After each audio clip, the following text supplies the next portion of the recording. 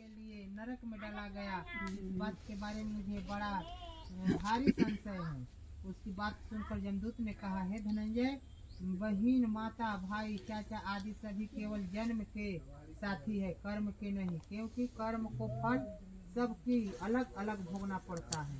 जिस तरह सूर्य के कन्या राशि पर जाने पर अपने आप पूतों पुतियों को परस्पर समागम हो जाया करता है, उसी प्रकार पुत्र और माता पिता, बेटा, भाई आदि सभी समागम हो जाता है। इसलिए तुम किसी बात की चिंता न करे, स्वर्ग की ओर चलो। तुम तो बड़े पुण्यात्मा हो, तभी तो पुण्यात्मा को लोक वैकुंठ को जा रहे हो। तुम्हें नमस्कार है।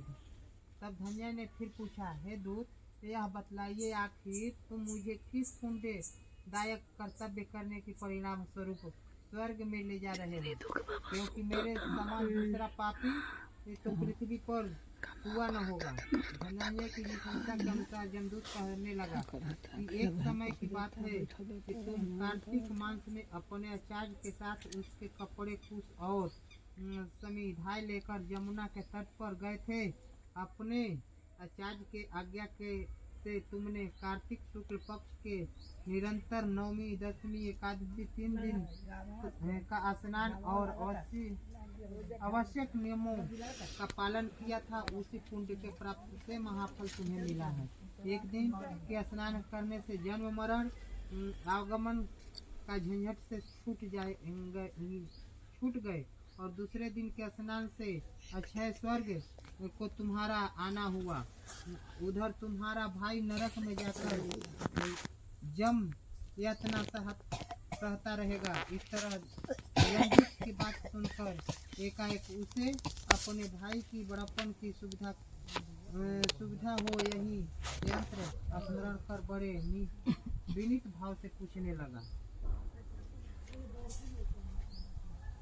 हे देवदूत, जिस प्रकार सप्तादि कर लेने पर वर वधू को अटूट संबंध हो जाता है, उसी प्रकार केवल 7 शब्दों को में बतलाए वार्तालाप कर लेने पर सप्तवादी मैत्री की जाती है। अब तुम हमारे मित्र हो गए, इस नाते तुमने पूछता हूँ कि अब यह तो बताओ कि यह भयंकर नरक से हमारे भाई का विस्तार कैसे हो सकता है। हे प्रियवाद, तुमसे यह उपाय जानना चाहता हूँ। अपने भाई के अपने साथ लेकर क्योंकि भ्राता के समान बांधव और भाई के समान मित्र कोई दूसरा नहीं होता, भाई के समान कोई दूसरा रक्षक भी नहीं होता। यह सामान्य भाइयों की बात हुई, तो फिर जो एक माता की कोख से उत्पन्न हुआ है, उस सहोदर भाई के बारे में क्या कहने की बात है। मैं अपने भाई के बिना स्वर्ग में जाना नहीं चाहता, क्योंकि यहाँ उसके बिना मुझे कुछ भी आनंद नहीं प्राप्त होगा। अब जिसके तरफ मेरे भाई का मुझसे समागत हो जाए, यही उपाय बताओ। यह इस प्रकार उनकी बात को सुनकर देवदूत ने युक्त दिया कि हे धनंजय, तुम्हारे पूर्व जन्म में पुण्य को बतला रहा हूँ। तुमने कार्तिक शुक्ल नवमी को तुमने वस्त्र, रत्न और सुवर्ण के साथ कुष्मांड दान किया था। उसे यह पुण्य स्वर्ग वालों को भी दुर्लभ है। यदि उसके दुर्लभ पुण्य फल को तुम अपने भाई को दे दो तो वह